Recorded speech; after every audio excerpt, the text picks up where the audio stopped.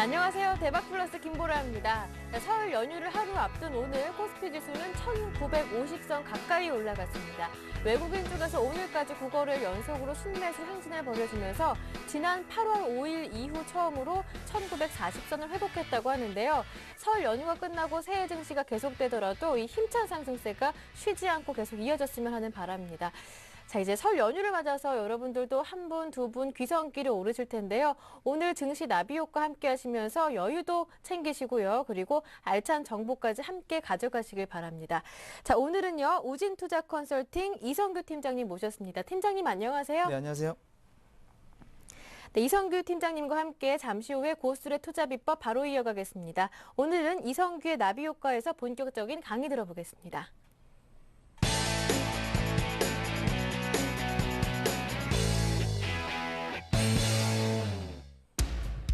과거는 현재를 반영하고 현재는 미래를 반영한다. 고정관념은 투자시장 최대의 적. 시장은 선을 그리며 움직이지만 그 끝은 점이다. 이성규의 나비효과 지금부터 함께합니다. 네, 이성규의 나비효과 본격적인 강의 들어보기 전에요. 여러분 참여하실 수 있는 방법부터 알려드립니다.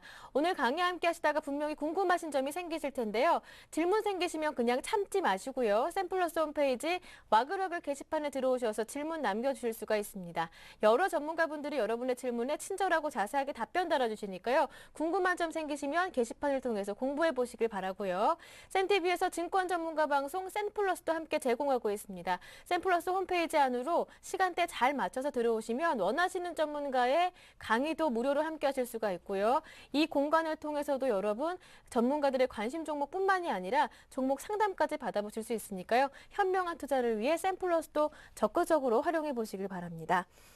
네, 그럼 본격적으로 이성규의 나비효과 시작해 보도록 하겠습니다. 먼저 오늘의 주제부터 알아볼 텐데요. 이성규 팀장님 오늘 특별한 걸 준비해 주셨다고요? 네, 오늘은 그 주제를 제가 노래로 한번 네. 준비를 해봤습니다. 뭐 앞에 지금 뭐 보시다시피 이렇게 제목도 옆에서 나오고 있는데요. 네. 노래가 네 지금 나오고 있죠. 야, 낭만에 대하여네요. 네, 낭만에 대하여라는 노래인데요. 다들 잠깐 좀 아실 거예요. 들어볼까요? 네. 중년의 멋이 느껴지지 않습니까? 네, 저희 어머니께서 굉장히 좋아하는 노래예요. 네. 그래가지고 저도 이제 30대 말 그대로 네. 이제 들어섰어요. 이제 만으로도 30입니다. 그래서 네. 이 노래가 갑자기 옛날에 저도 부모님이 들려주던 게 생각이 나더라고요. 네. 그만큼 중년의 멋이 좀 풍겨지는 노래인데 오늘은 바로 이 낭만에 대하여가 바로 오늘의 주제 제목입니다. 근데 명절을 앞두고 나서 예. 너무 좀 우울한 노래를 틀은 건 그러니까요. 아닌가 그런 생각도 좀 죄송하기도 하고요. 네. 여기서 이제 그만 대화는 끊도록 하고요. 오늘은 좀 색다르게 낭만에 대하여 노래로 주제를 소개해 주셨는데요. 낭만에 대하여 90년대 중반에 드라마에 삽입되면서 뒤늦게 뜨거운 인기를 받았던 곡이기도 하죠. 뭐 말씀해 주셨듯이 중년의 허무함과 추억 그리고 낭만을 담았던 노래이기도 한데 저도 좋아하는 노래이기도 합니다만 오늘 어떤 내용을 살펴주시길래 이 낭만을 꼽아주셨는지 정말 궁금합니다. 그렇다면 오늘 주요 기사부터 확인해 볼까요? 네. 일단 오늘 한 4가지 정도의 이제 기사를 준비를 했습니다. 네. 일단 그 첫 번째 같은 경우는 이제 여기 보시다시피 이제 영화 배경된 석궁사건 무슨 일이 있었나라고 이렇게 제목의 기사가 나왔었는데요. 예. 최근에 그 부러진 화살이라고 하는 네. 영화가 좀 많이 흥행을 하고 있고 예. 또 페이스메이커라고 해서 마라톤 그 실화 관련된 영화들도 좀 이렇게 많이 흥행을 하고 있습니다. 그리고 과거에 보게 되면 우리가 그 대표적으로 또 실화를 바탕으로 해서 성공을 했었던 영화가 있었죠. 얼마 전에 개봉했고 아마 지금도 하고 있는지는 모르겠어요. 근데 도간이라는 영화도 있었을 겁니다. 네. 근데 지금 여기 뭐 기사는 이렇게 나오는데요. 근데 이런 그 실화들을 가지고 이제 영화를 만들 때 굉장히 많이 흥행을 합니다. 많이 흥행을 하는 이유는 그만큼 그 우리가 몰랐던 사회적 이슈라든지 이런 것들이 많이 돌출되죠. 그리고 그런 것을 통해서 사람들이 어떻게 보면 공감대를 좀 많이 이끌어낸다라고 볼 수가 있겠습니다. 뭐 이런 현상과 좀 비슷한 현상이라고 본다고 하면 뭐 대표적으로 뭐가 있냐면 최근에 그런 거 많죠. 뭐 오디션 프로그램이라는 것들 굉장히 많습니다. 네. 뭐 K-팝 스타라든지 아니면 뭐 위대한 탄생, 그리고 예. 그저 대표적인 게 뭐 슈퍼스타 K 이런 것도 있고요. 사람들이 이런 걸 굉장히 또 좋아하죠. 그런 것들을 왜 좋아하는지 한번 곰곰이 우리가 한번 생각을 해보죠. 그런 것들을 일단 오디션 프로그램 같은 거를 일단 좋아하는 이유는 그 사람들을 통해서 마치 그런 세계들이 자기가 원하는 그 어떤 세계를 반영해주는 그런 어떤 꿈을 꿉니다. 그러니까 쉽게 말해서 무슨 얘기냐면 일단 우리가 그런 것들 꿈이 있잖아요. 뭐 이렇게 그러니까 영화 배우가 되고 싶다든지 아니면은 뭐 어려운 환경에서 뭐 딛고 일어난다든지 그런 것들을 사람들이 굉장히 많은 공감대를 형성을 하게 됩니다. 그래서 오디션 프로그램들 같은 걸 보면 뭐 이렇게 서바이벌 같이 이렇게 많이 하죠. 서바이벌 같이 많이 하는데 그러면서 어려움을 딛고 일어선다는 거. 영화 같은 것도 그런 현상들이 좀 많이 일어나지 않나 그렇게 생각을 합니다. 영화에서도 실제 사건들을 토대로 해서 그 부분에 대해서 공감을 얻고 그러다 보니까 그런 영화들이 또 많이 흥행을 하고 앞서서 말씀드렸던 그 오디션 프로그램 같은 것도 많이 흥행을 하게 되죠. 이런 것들은 말 그대로 사회적으로 모든 것들이 좀 많이 이렇게 공감대를 좀 형성하려는 움직임이 많아진다. 점점 더 그런 것들이 더 많아진다라고 이렇게 볼 수 있겠습니다. 그리고 두 번째는요, 뭐가 있냐면 참 저도 이거 좀 약간은 좀 민망했습니다. 그러니까 네. 이게 뭔 말일까? 그러니까 지금 여기 보게 되면 그 뉴스에 나온 거 보면 뭐 버스카드 충전 안 했다가 망했다, 뭐 버카충 안 했다, 희망 이렇게 나오는데 예. 사실 이 기사를 처음 딱 봤을 때는 뭐가 나왔었냐면 그냥 버카충 안 했다, 희망으로 나왔어요. 네. 이게 도대체 제가 그러니까 기사를 보지 않고 저게 무슨 말일까라고 한참을 고민했는데 그렇죠. 저도 우리나라 몰랐습니다. 말이 맞습니까? 일단 맞겠죠. 한글로 네. 써 있으니까요. 맞긴 맞는 것 같은데 네. 무슨 말일까 막 그랬어요. 근데 말 그대로 이제 축약어더라고요. 축약어인데 이제 제가 얼마 전에 아는 후배를 이제 만났습니다. 만나가지고 같이 이제 술 한잔을 했는데 갑자기 술을 막 먹다가 많이 취했어요. 그래서 2차를 가는데 그러더라고요. 아, 멘붕 그러더라고요. 그래서 제가 무슨 말을 하나 저게 멘붕이 뭔가 제가 물어봤어요. 멘붕이 뭔데? 그러니까 그 필요 없다고 그러면서 계속 멘붕 그러고 있는 겁니다. 그래서 그게 무슨 말인가 물어보니까 여기 나오죠. 멘탈 붕괴라는 거예요. 그러니까 술을 많이 먹어서 정신적으로 많이 이제 붕괴가 된다라는 그런 말이더라고요. 근데 그런 것도 좀 잘 몰랐습니다. 그리고 최근에 뭐 유행한다고 이렇게 볼 수 있겠다면 뭐 그 당반, 뭐 그는 당신에게 반하지 않았다라는 그런 얘기들도 있고요.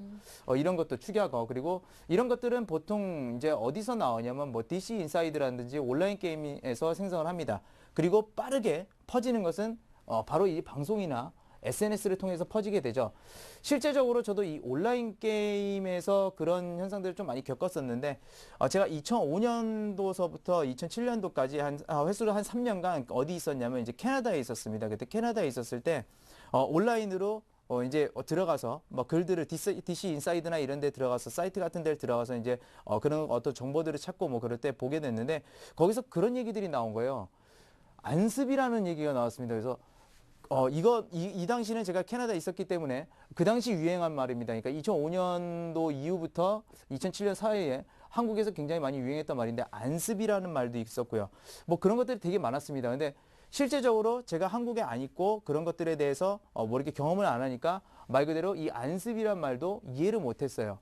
그러니까 이런 것들을 보게 되면 무슨 소리냐면 이제 사람들이 점차적으로 좀 뭐랄까요, 세대 간의 격차라고 할까요? 만약에 조금이라도 이런 신조어들에 대해서 접근을 안 하고 그러다 보게 되면 저도 물론 우리 시청자님들도 뭐 나이 연세 많으신 분도 있고 적으신 분도 계시겠지만 저는 비교적 뭐 이제 30대 새내기입니다. 30대 새내기인데 그렇지만 저도 적다고 생각해요. 나이는 아직 어리다고 생각을 하는데 저 같은 사람들조차 밑에 세대들하고 이런 신조어를 모름으로써 대화가 안 됩니다. 이런 현상들이 계속해서 일어날 것으로 좀 생각하고요.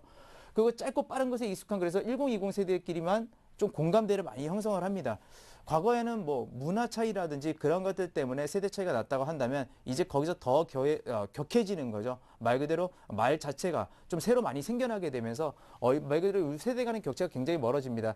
10대, 20대도 나중에 가서는 어떻게 되냐면 10대, 20대, 그러니까 10대는 10대, 20대는 20대 이런 식으로 굉장히 많이 갈리게 될 거예요. 앞서서 말씀드렸던 그 공감대라는 부분들이 왜 필요한지 여기서 그런 것들, 그런 문제점들을 사회에서 좀 말해주고 있는 그런 기사가 아니었나 그렇게 말씀을 좀 드려보겠습니다. 그리고 세 번째로 이제 준비한 것은 뭐냐면 이거는 굉장히 재밌더라고요. 현대차 그 벨로스터가 모바일 게임도 잘 나갑니다. 그러니까 현대차 벨로스터 그러니까 모바일 레이싱 게임이다. 그러니까 여기는 벨로스터밖에 없대요. 저는 직접적으로 해보진 않았는데 벨로스터밖에 없답니다. 그래서 이게 출시 6개월 만에 100만 건 넘게 다운로드 됐답니다. 사실 100만 건이라는 건 어마어마한 거거든요. 말 그대로 이거 다운받을 때 얼마 하는지 모르겠습니다만 뭐 1,000원이면 그냥 누구나 쉽게 한 번씩은 다운받을 수 있잖아요. 그러면 이게 매출이 얼마 되냐면 이게 10억이 되죠. 10억이요. 어마어마한 겁니다. 그만큼 시장은 굉장히 커지는데, 과거로부터 그런 것들 되게 많았어요. 그러니까 스포츠나 아니면 게임을 통해서 홍보를 많이 하게 됩니다. 근데 이것도 접목을 시키죠. 말 그대로 스포츠 게임에서 어떤 그 선수를 이 게임에 등용시켜서 더 유명하게 만든다든지 아니면 요즘 여기서 이제 자동차가 나왔으니까 제가 자동차를 말씀을 드릴게요. 자동차 게임들 보게 되면 이 자동차 게임들을 보게 되면 세계 굴지의 그 회사들이 굉장히 많습니다. 거기 나오는 차종이요. 뭐 미국에 있는 차들뿐만 아니라 아마 여러분들이 처음 들어보신 차들도 굉장히 많이 나올 거예요. 그만큼 자동차에서 뭐 이건 자동차 게임이니까 자동차만 제가 말씀드릴게요. 이 게임을 통해서 기업들이 마케팅을 하기 시작했다는 겁니다. 그냥 과거에는 그냥 우리 회사 차니까 뭐 게임에 간접적으로 홍보를 했다라고 하면 이제는 그 시대가 아니죠. 말 그대로 어플리케이션 자체를 만들어 가지고 이런 쪽으로 홍보를 해 간다는 거예요. 그만큼 그게 무슨 얘기냐고 한다면 결정적으로 무슨 얘기냐면 그만큼 마케팅 시장이라는 게 굉장히 어려워지고 있다라는 그런 얘기가 됩니다. 마케팅 시장이 어려우니까 이런 부분까지도 생각하죠. 앞으로는 어떻게 될까요? 마케팅이라는 거 아까도 말씀드렸지만 아까 말씀드린 게 아니죠. 마케팅이라는 거는 어떻게 보면 그 공감대를 형성하는 게 공감대를 형성만 해야만 합니다. 근데 그 공감대를 형성하기 어려운 상황에서 개별적으로 이런 마케팅들이 생겨난다라는 거예요. 굉장히 산발적으로 이루어지겠죠. 뭐 SNS, 웹사이트 이제 그런 거 다 전부 다 동원할 겁니다. 대표적으로 뭐 대기업 같은 경우도 옛날에는 그러진 않았지만 요즘 같은 때는 어떻게 이렇게 홍보를 하고 그러냐면 여러분들 그 온라인상에서 인터넷 카페라는 거 이런 거 많이 보셨을 거예요. 옛날에는 그냥 이게 단순히 그냥 커뮤니티식으로 갔는데 이제 그렇지 않습니다. 카페라는 것이 하나의 홍보수단. 실제적으로 현대백화점 같은 경우는 카페를 자체적으로 개설해서 이를 통해서 사람들하고 대화를 하고 소통을 하고 또 그 안에서 공감대를 형성하고 거기서 홍보도 합니다. 여러 방면으로 쓰인다는 거죠. 마케팅이 그만큼 어려워지고 굉장히 좀 이렇게 뭐랄까요? 굉장히 어려워지면서도 굉장히 복잡해지는 단계로 지금 현재 흘러가고 있다라는 그런 얘기가 되겠습니다. 그래서 이것이 이제 오늘 세 번째 좀 기사가 되겠고요. 그 다음 기사, 마지막 기사를 좀 보게 되면 일본에서 이제 은퇴부터 장년까지 돕는 사람입니다. 일본 그 고령화 시대의 그 새로운 현상이라고 좀 볼 수 있겠는데 이렇게 기사가 나왔습니다. 근데 지금 이게 뭐냐면 이제 옛날에는 뭐 이렇게 회사를 들어가거나 이제 돈을 벌기 시작하면 그런 사람들을 대상으로 해서 뭐 자산관리 시스템이라든지 금융업종에서 그런 것들을 많이 했는데 이제는 고령화 시대가 되고 일본은 특히 그렇죠. 일본은 우리나라보다 고령화가 더 심합니다. 장수국가죠. 굉장히 장수국가인데다가 그러다 보니까 이제 이 산업 쪽으로 사람들이 은퇴한 그 시기부터 말 그대로 장래까지 이제 책임을 진답니다. 책임을 지는데 말 그대로 이 시장이 굉장히 크죠. 크니까 가겠죠. 금융업은 항상 그렇습니다. 큰 쪽으로 갑니다. 시장이 큰 쪽. 일본 굉장히 크죠. 우리나라도 이런 현상들이 향후에는 일어날 가능성이 굉장히 높습니다. 우리나라도 점차적으로 고령화 사회에 되고 있고요. 그런 부분들을 봤을 때 우리나라도 될 건데 여기서 중요한 점은 물론 그 시장 자체가 이제 넓어진다라는 것은 뭐 단순히 말하면 이제 보험 시장이 각광을 받는다는 얘기가 되는데 사람들이 과거랑은 좀 많이 틀려졌어요. 무슨 소리냐면 지금은 우리가 사는 단위가 이제 핵가족이라는 단위가 있습니다. 여기서 그 핵이라는 게 뭐냐면 그 어떤 원소 같은 데서 그 핵을 말하죠. 근데 새로운 신조어가 또 하나 나왔어요. 뭐가 나왔냐면 원자가족이라는 게 나왔습니다. 핵가족보다 더 분해된다는 얘기죠. 원자가족. 심지어는 여기서 이제 독신들도 들어가게 됩니다. 독신이요. 독거노인이라든지 뭐 독거노인들도 여기 있고요. 독신이라든지 이런 것들도 있습니다. 사람들이 어떻게 보면 계속해서 이제 혼자 살아가는 계기가 되고 사람들이 전부 다니까 같이 모여서 옛날에는 대가족 뭐 같이 모여서 산다거나 그랬지만 이제는 점차적으로 그렇지 않다라는 거예요. 사람들이 점차적으로 개인 생활을 하게 되고 점차적으로 떨어지게 된다는 겁니다. 이거는 어떻게 보면 앞에 있는 기사랑 좀 맞물리는 거죠. 사회 현상들이 그렇게 벌어지고 있다라는 거를 제가 오늘 말씀을 드리는 겁니다. 그래서 이 네 가지가 오늘 제가 준비한 이제 기사라고 이렇게 말씀을 드리겠습니다. 네, 이렇게 해서 금주의 주요 기사들을 쭉 훑어봤는데요. 뭐 가끔 독거노인분들이 돌아가신 지 한참 지난 후에야 이웃 주민들의 신고에 의해서 발견됐다. 이런 뉴스들도 많이 보이긴 했는데 이 때문에 임종노트라는 산업이 미래에 발전할 것이다. 뭐 이러한 뉴스였죠. 그럴듯하면서도 굉장히 씁쓸하기도 합니다. 또 다른 기사가 뭐 버카충 이런 말도 있었는데요. 저도 처음에는 버카충이 뭔지 기생충약인가 했는데 버스카드 충전이라고 하더라고요. 요즘 신조어라고 하는데 요즘 대화에는 이 신조어도 모르면 대화에 끼지도 못할 것 같습니다. 이렇게 오늘 주요 기사들, 금주의 주요 기사들 쭉 살펴주셨는데 오늘은 뭔가 제가 감이 조금 오는 것 같아요. 뭐 세대 간의 격차 아니면 개인주의 이런 걸 끄집어내려고 하신 것 같은데 맞나요? 네, 그런 종목은 뭐가 있을까요? 그런 종목이. 그러게요. 근데 그 그걸로 다음 단계가 그렇죠. 어려워지네요. 그 다음 단계가 어려워지죠. 항상 우리는 머리를 계속 회전을 시켜야 됩니다. 예, 그게 이제 뭐 그런 것도 있대요. 치매 예방에도 좋답니다. 뭐 그래서 예, 고스톱들도 많이 치고 그러신데 이런 것도 한번 생각해 보는 것도 네. 여러분도 나중에 이제 계속 나이가 들으면서 뭐 치매 같은 것도 예방할 수 있고 상당히 좋을 겁니다.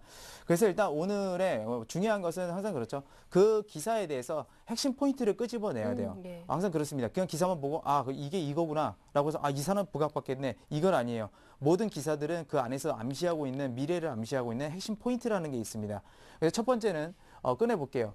그래서 아까는 이거는 오늘 제가 하면서 말씀을 드렸어요. 왜냐하면 너무 좀 어려울 것 같아서 그냥 그때 안 말하면. 그래서 바로 이거는 무슨 말이냐면 이제 공감대를 많이 형성하려고 하는 겁니다. 향후에 있어서 산업 발전의 주요 키워드가 될 거예요. 가장 중요한 거. 과거도 그랬어요. 우리 과거에도 어떤 제품을 팔고 어떤 제품을 뭐 이렇게 잘 홍보를 하기 위해서는 당연히 그 제품에 대한 어떤 공감대가 있어야 됩니다. 사람들이 말 그대로 뭐 최근에 들어서 뭐 기아차, 현대차 이런 거 뭐 잘 나가고 뭐 삼성전자에 뭐 갤럭시 같은 거 잘 나가긴 하는데 그런 것들이 말 그대로 공감대가 없어요. 나만 좋다고 해가지고 말 그대로 나만 좋다고 해서 내가 혼자 사면 혼자 사고 나는 갤럭시가 좋으니까 삼성전자 사야지. 그러고서 딱 사면 안 된다라는 거죠. 그래서 산업 발전 전반적인 어떤 기업이나 산업 발전할 때 주요 키워드는 바로 그런 겁니다. 공감대가 형성이 돼야 된다라는 거죠. 공감대가 형성이 돼야 된다는 것이기 때문에 네. 이런 것들이 첫 번째 기사의 주요 그 핵심 포인트라고 볼 수 있겠고요. 두 번째 기사 한번 볼게요. 이것도 이렇게 말씀을 드렸어요. 세대 간 격차가 점점 심해집니다. 아마 앞으로는 더 심해질 거예요. 더 심해지면 더 심해졌지 아마 지금처럼 그러니까 그 나아지진 않을 겁니다. 그만큼 사람들도 또 많은 소통을 하려고 하겠죠. 많은 소통을 하려고 하는데 상당히 힘들죠. 이거랑 이거는 대치입니다. 아까 여기서 말씀드렸던 이 공감대라는 부분하고 세대 간 격차가 심하라는 것은 반대예요. 그러니까 어떻게 됩니까? 산업 발전에 있어서 이 세대 간 격차가 심화된다라는 게 결국 산업 발전을 저해야 한다는 거죠. 그러면 이 상황을 제가 앞에서 말씀을 드렸지만 세대 간 격차가 더 심화되면 심화되지 그렇진 않을 거란 얘기입니다. 그러니까 나아지진 않을 거란 얘기예요. 그렇게 봤을 때는 어떻게 되냐면 현대차 벨로스터 모바일 게임도 잘 나가네. 여기서 보면 이런 격차가 심해지게 되니까 다양한 마케팅을 구사해야 됩니다. 그러면 어떻게 될까요? 아마 이쪽의 일자리는 향후에 많이 늘어날 것으로 좀 생각이 돼요. 인력들은 마케팅 쪽으로만 인력들 많이 창출되고 이런 것들은 굉장히 좋은 거죠. 그러니까 인력이 아니라 일자리죠. 그러니까 일자리들 많이 창출되고 인력들도 많이 수용하게 될 겁니다. 그만큼 마케팅 사람이 지금 현재 같은 경우는 어떤 그 과거에 지금도 그렇지만 뭐 TV 광고나 아니면 뭐 잡지 광고 아니면 신문 광고 이런 것들을 통해서 했다라고 하면 이제 거기서 그 한계를 걸고 뛰어넘어야 된다는 거죠. 굉장히 산별적으로 개별적으로 이렇게 공격이 들어가게 된다는 겁니다. 그다음에 이것은 아까 이 부분이랑 지금 맞물리는 부분이죠. 두 번째에 있는 뉴스랑 맞물리는 부분입니다. 윤태부터 장래까지 돕는 사람인데 말 그대로 독거노인들이 많아지고 어머니가 뭐 독거노인들이 돌아가셔도 한참 후에나 그 돌아가신 거 확인하게 되고 굉장히 안 좋은 거죠. 사회적으로 봤을 때는 솔직히 안 좋은 거예요. 근데 이런 세대 간 격차 자체가 이런 것들 개인 성향을 더 심화시킵니다. 앞으로는 저는 물론 제 생각입니다. 물론 제가 말씀을 이렇게 드릴 때 여러분들이 저 사람 말이 저러니까 맞는가 보다 이렇게 하시면 안 돼요. 항상 반대 의견을 가지셔야 됩니다. 그래야 잘못된 점들을 발견할 수가 있어요. 근데 제 생각은 그렇다는 겁니다. 이 개인 성향들이 그렇기 때문에 계속해서 심화가 되고 결국 마케팅 사람은 계속해서 다양하게 발전을 하게 되고 공감대를 형성하기 위해서 상당히 많은 사람들이 노력을 하고 커뮤니티를 만들고 또 그런 현상들이 계속해서 생겨나게 될 겁니다. 그래서 오늘 이 핵심 포인트들이 바로 앞서서 말씀드렸던 그런 부분들이 이제 뉴스의 핵심 포인트다라고 이렇게 말씀을 드릴 수가 있겠습니다. 네, 일단 이번 주 기사들을 소개해 주시고 여기에서 뽑아준 핵심 포인트까지는 추론이 조금 쉬웠어요. 제가 말씀드렸던 대로 뭐 저도 개인주의나 세대 간의 격차 심화, 공감대 형성까지는 추론 과정이 굉장히 쉬웠는데 여러분들도 마찬가지셨을 것 같아요. 근데 중요한 거는 이 핵심 포인트들로 어떠한 산업을 소개해 주실지 이 점에 대해서 다음 단계가 좀 어렵습니다. 오늘 주제가 낭만에 대해였으니까 낭만이나 추억 관련된 산업인 것인지 아니면 앞서 뭐 실제 사실이 배경이 된 영화에 대해서 소개해 주셨으니까 영화 관련 산업인지 정말 아직까지 감이 안 오거든요. 굉장히 궁금합니다. 얼른 소개해 주세요. 네, 일단 키워드를 한번 보죠. 네. 아까 우리가 꼽았던 4개의 키워드입니다. 이런 키워드들이 4개의 핵심 포인트로 이제 꼽았고요. 이런 것들 조합해 보니까 나오죠. 공감대 형성의 어려움이 지속된다라는 그런 얘기가 나옵니다. 그리고 독립가정이 늘어날 것이다 라고 이렇게 나왔죠. 그래서 여기서 뽑아냈으면 이렇게 돼서 우리가 중요한 건 뭐냐면 이런 기사들을 통해서 결국에는 어느 산업에 이런 것들을 통해서도 어느 산업에 투자할 수 있는 그런 여건들이 주어지니까 결국 그 산업 자체를 뽑아내고 기업을 뽑아내야겠죠. 그럼 두 번째 들어갑니다. 여기서 안 나오잖아요. 공감대 형성 어렵다는데 무슨 산업에 투자해야 될까? 독립가정 늘어난다는데 글쎄 어디다 투자할까? 없죠. 두 번째 뽑아냅니다. 뽑아내서 어디로 가냐면 소형 주택 시장 활성화라는 걸 뽑아냈어요. 지금 우리나라 건설업계가 솔직히 말해서 좋습니까? 물론 최근에 들어서 건설업계들 굉장히 많이 가죠. 많이 가는데 그건 왜 그러냐면 우리나라 그 건설업계가 지금 좋아서 가는 게 아니라 미국의 주택 지표가 좋기 때문에 좋다라고 하는 겁니다. 왜냐하면 과거 그 통계를 놓고 보게 되면 미국 주택 시장이 좋아질 때 한국 주택 시장도 좋아졌어요. 실제로는 좋아지지 않고 있습니다. 아직도 수주를 제대로 못하고 있어요. 물론 일부 기업들은 수주를 합니다. 해외에서요. 근데 지금은 그 공간 자체가 좀 이렇게 큰 집 단위가 많죠. 아파트도 그렇고 많은데 이런 독립가정이 늘어났을 때 그런 아파트나 큰 단위의 아파트들이 과연 쓸모가 있을까요? 아마 없을 겁니다. 그렇기 때문에 개인들이 늘어나게 되면 소형 주택시장 활성화가 이루어지겠죠. 근데 최근에 그런 얘기들 나오죠. 우리나라 그 건설사들이 소형 주택으로 뛰어든다라는 거. 이미 건설사들은 이 분야를 지금 파악하고 있다라는 겁니다. 이거는 왜 말씀을 드리냐면 이건 제가 추론을 물론 한 것도 있지만 기사가 그 전에 나왔기 때문에 제가 추론했다고 어떻게 보면 볼 수가 없어요. 볼 수가 없는데 사실 그렇죠. 그쪽 산업에 있는 사람들은 저보다 빠릅니다. 그러니까 여러분들이 생각하시기에 와 애널리스트들은 저런 것들을 막 생각하면서 뽑아낸다라고 하지만 애널리스트는 어떻게 보면 심판이에요. 어떤 일이 있을 때 그 일을 판단하는 심판일 뿐이지 사실 건설업계 그 사람들보다 잘 모릅니다. 솔직히 건설업도 잘 모르고요. IT 전문 섹터 담당이라고 하더라도 말 그대로 반도체가 생산을 진짜 하고 있는 건지 그걸 우리들은 잘 몰라요. 물론 공장 탐방했을 때 한 번쯤은 볼 수 있겠죠.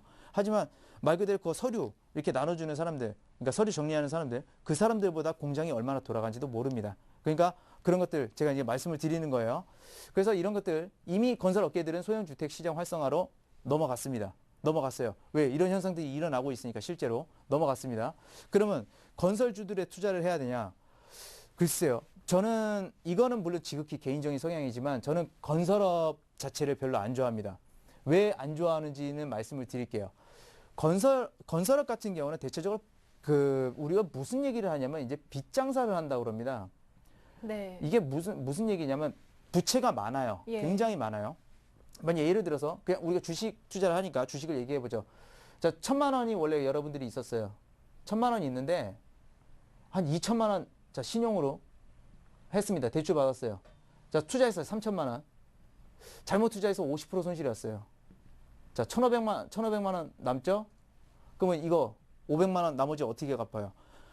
건설업은 잘 나갈 때는 정말 잘 나갑니다. 정말 잘 나가다가 경기 안 좋으면 빚이 많아서 한 방에 파산을 해요.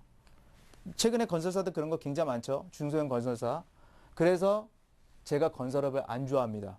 건설업을 안 좋아해서 굳이 빚 많은 기업에 투자할 것도 없을 것으로 저는 생각하고 있고요. 그렇기 때문에 건설업 같은 경우는 좀 약간 단기적 성향으로 많이 좀 보는 경향이 있어요. 네. 어쨌든 간에 소형주택 시장 활성화되는데 그럼 독립가정들이 많다는 거죠. 여러 가정들이 많다라는 거예요. 이거 보게 되면 그래서 최종으로 뽑아낸 게 뭐냐면 에너지, 음식료, 문화 콘텐츠 소비 증대에 있습니다. 왜 도대체 여기 나왔을까? 굉장히 많이들 궁금해 하실 텐데 잘 생각해 보세요. 자, 여기 방이 하나가 있어요. 여기가 한 4식구가 살 수 있는 방이라고 합시다. 자, 조그만 방이 있어요.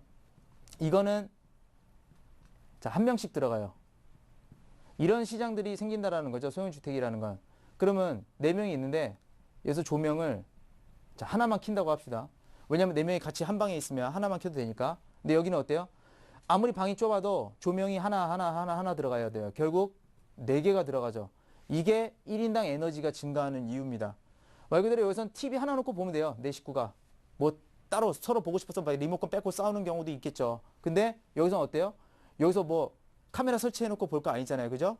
그러니까 TV가 또 네 대로 들어갑니다.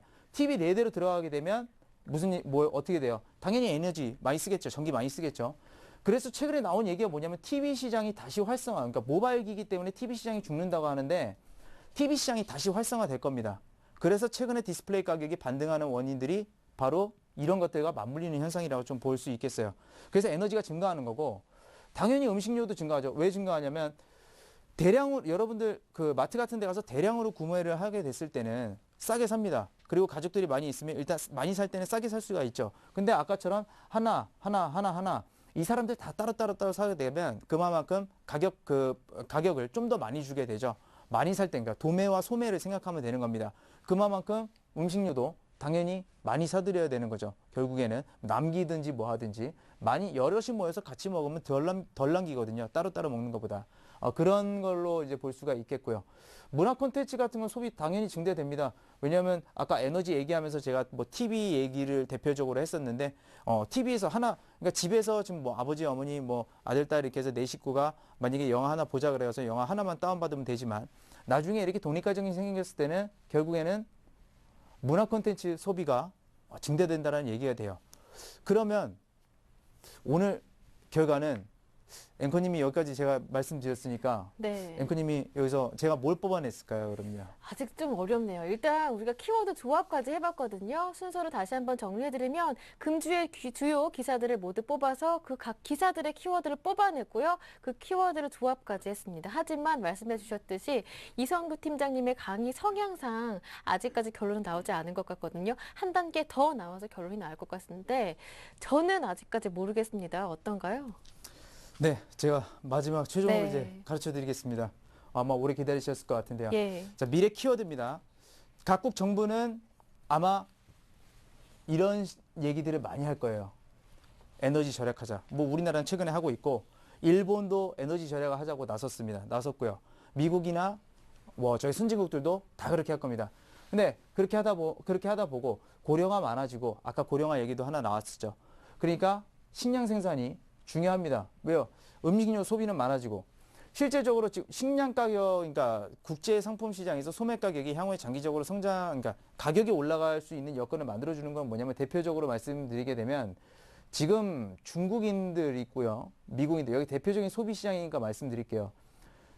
1인당 소비하는 식량이 그 중국 사람들이 미국인들의 5분의 1밖에 안 됩니다. 5분의 1밖에 안 돼요. 근데 인구 몇 배입니까? 여기가 3배가 많아요. 그죠? 지금 5분의 1밖에 안 돼요. 5분의 1밖에 안 되는데, 자, 미국과 똑같이 1을 소비한다고 가정을 했을 때는 15배가 늘어나게 되죠. 맞죠? 5배요.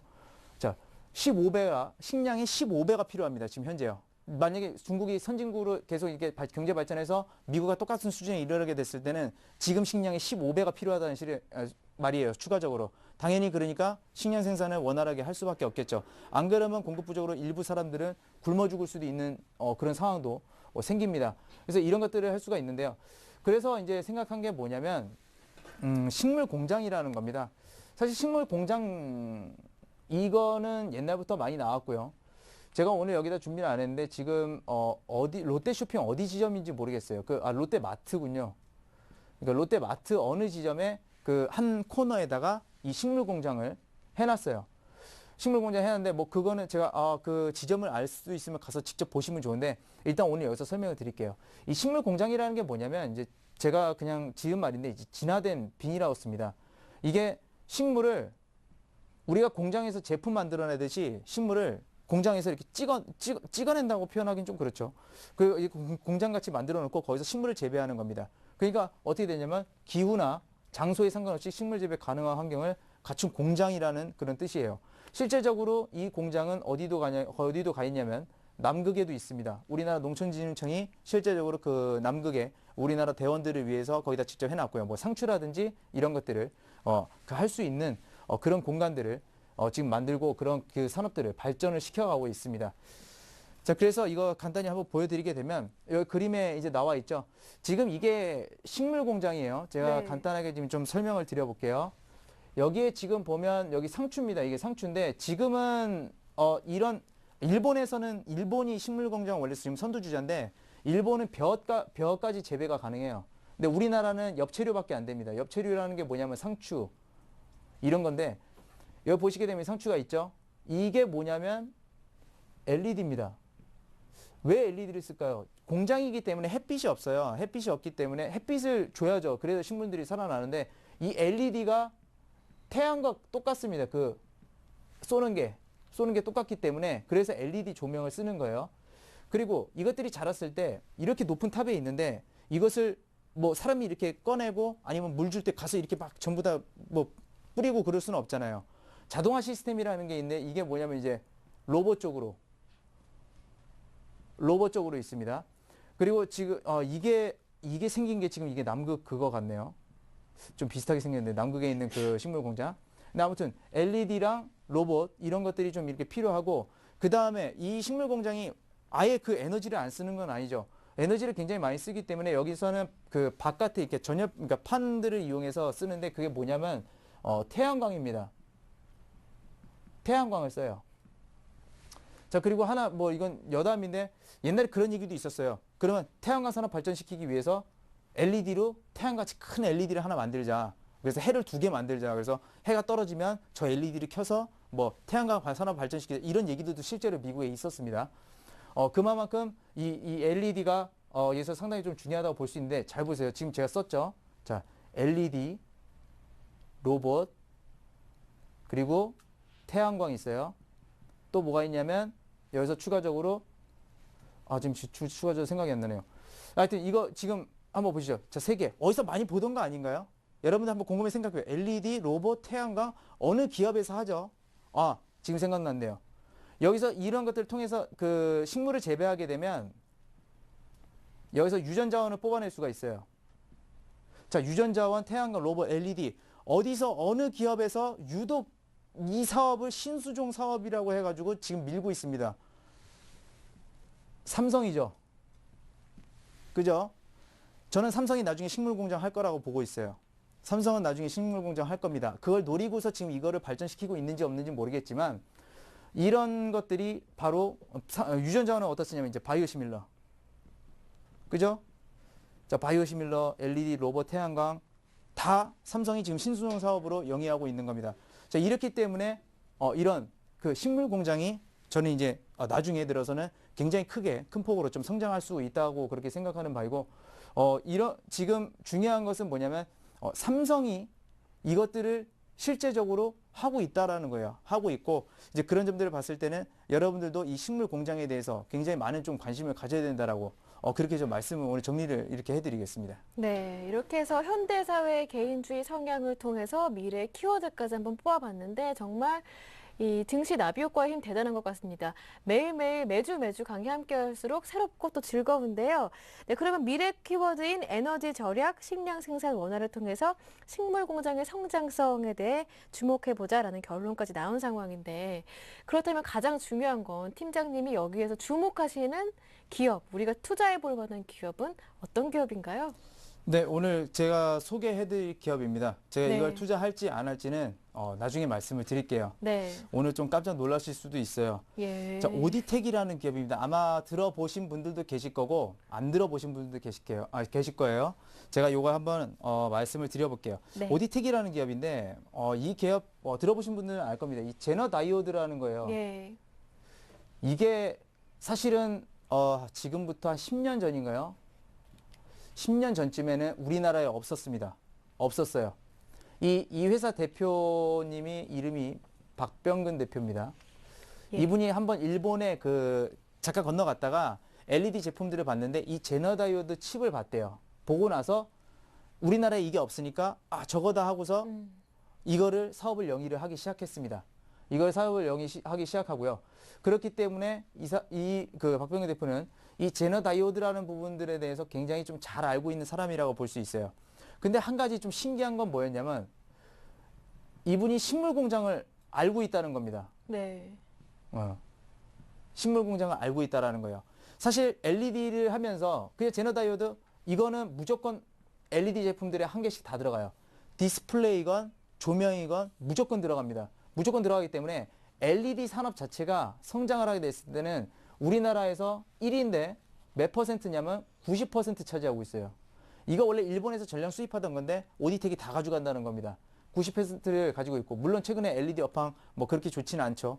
다시 한번 좀 살아나고 있는 그런 측면인데 그렇기 때문에 이 LED에 대해서 굉장히 좀 잘 알고 계신 분이고 대표님께서 잘 알고 있는 거고 그 다음에 더욱더 중요한 것은 이 식물 공장에 대해서 정확하게 알고 있다는 겁니다.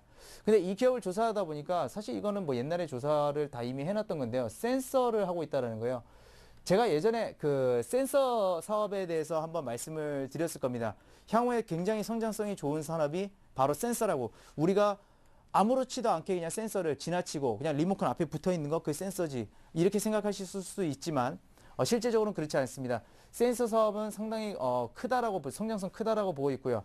근데 이 사업을 동시에는 영위하고 있긴 한데 비중 자체가 센서가 얼마 안 돼요. 매출 비중 자체가 별로 안 되기 때문에 일단 그런 점들에 있어서는 그 센서 사업보다는 말 그대로 제너 다이오드 그래서 바로 이것이 LED로 이어지는 이 시장만 좀 봐야 된다고 말씀을 드릴게요.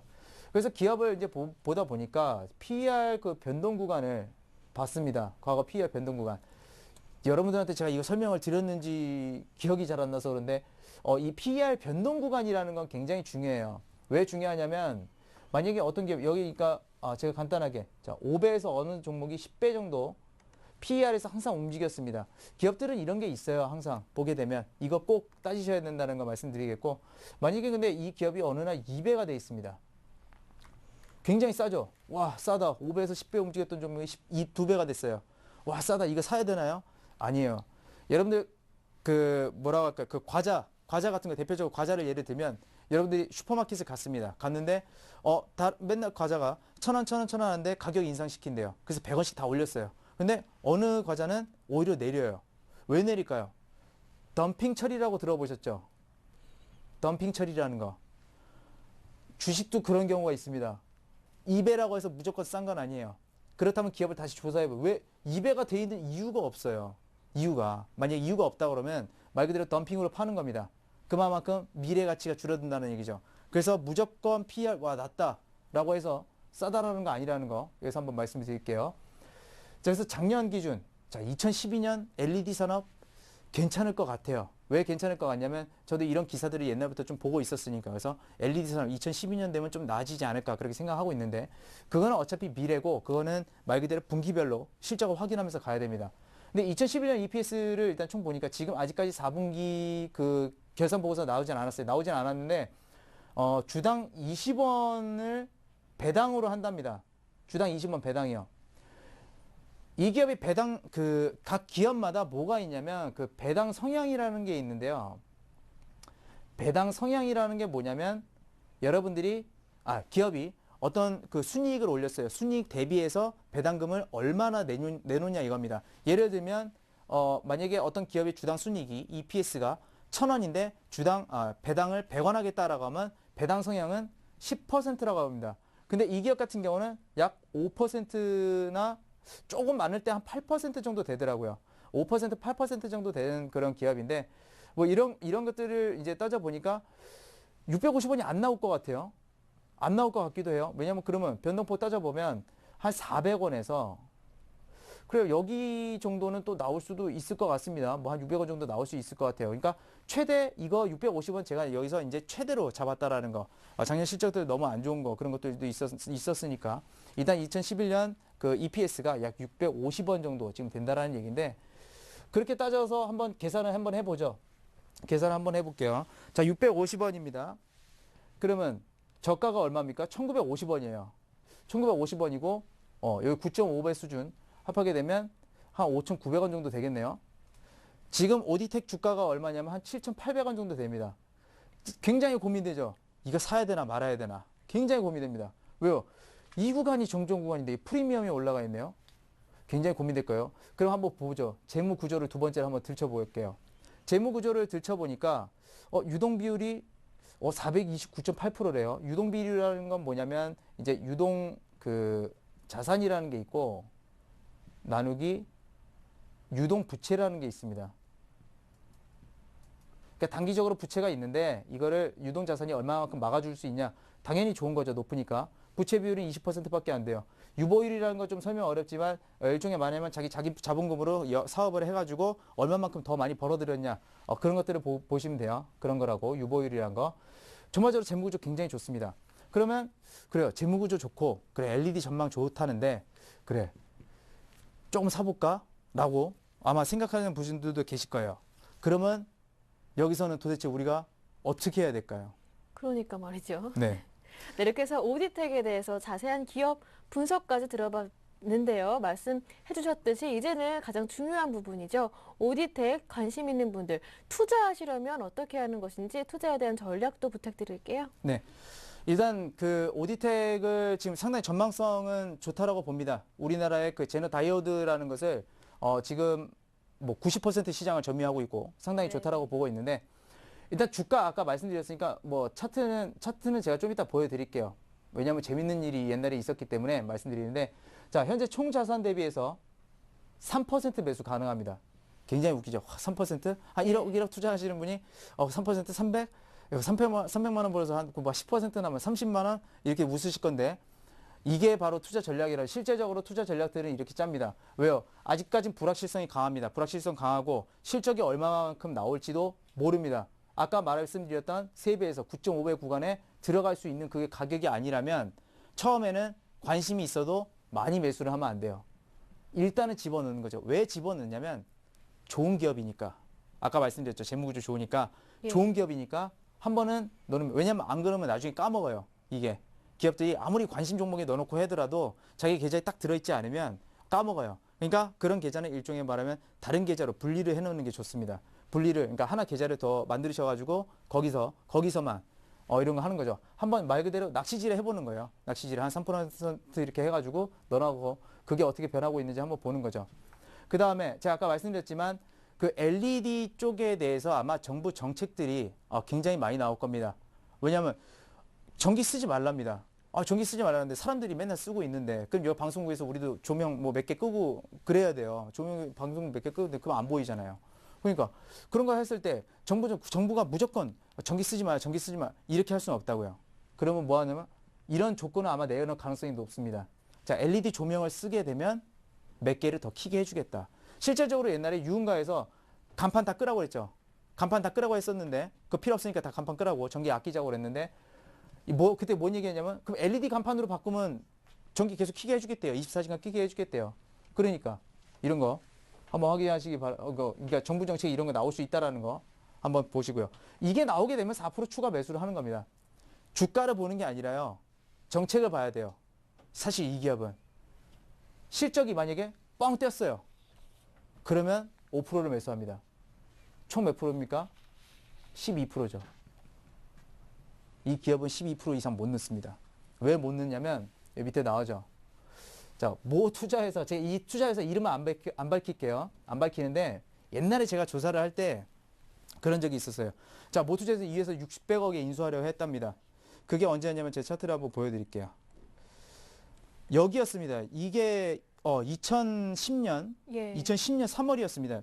이때 당시에 그 일본 대지진이 발생하고 그러면서 그 뭐라고 할까요? 그런 부분들에 대해서 굉장히 관심 많았어요. 그러니까 원자력이 터지고 오염되니까 식물 공장이 뜰 거다 하면서 오디텍이 갑자기 이렇게 막 올라가는 거예요. 그래서 그때 LED도 굉장히 좋았죠. 서울 반도체도 그때 한 4만 원 넘어가 있었습니다.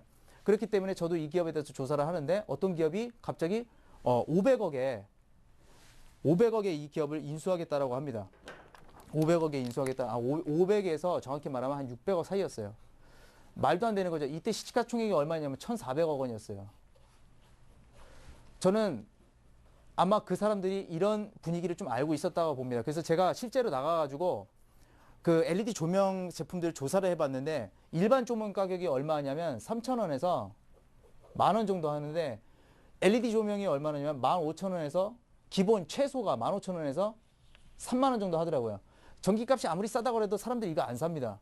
여기서 키포인트는 뭐냐면 매출이 자기가 생각했을 때 조명 비싸잖아요. 이 기업을 사면 안 돼요. 그 무슨 말이냐면 삼성전자의 갤럭시 S가 만약에 1,000만 원 한다 이겁니다. 근데 성능이 좋다고 해서 사면 안 돼요. 1,000만 원짜리 누가 핸드폰 그거 살까요? 안 사는 거예요. 그 매출이 안 나와요. 그래서 회사에 뭐라고 했냐면 지켜보자라고 했어요. 보고서를 안 쓰고 지켜보자.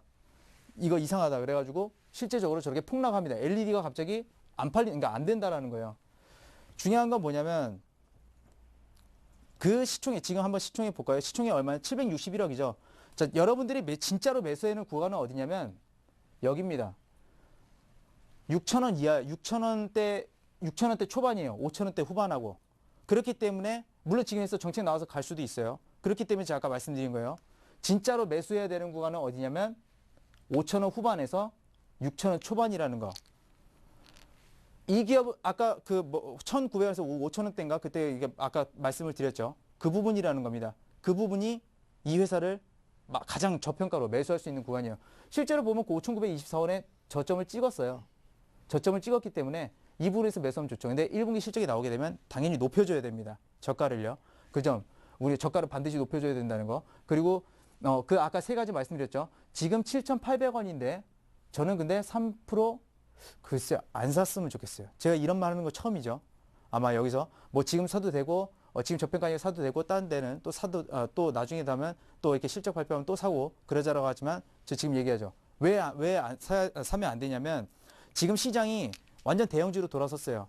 코스닥 테마주들 무분별하게 실적도 없이 올라갔다가 무분별하게 지금 떨어지고 있습니다.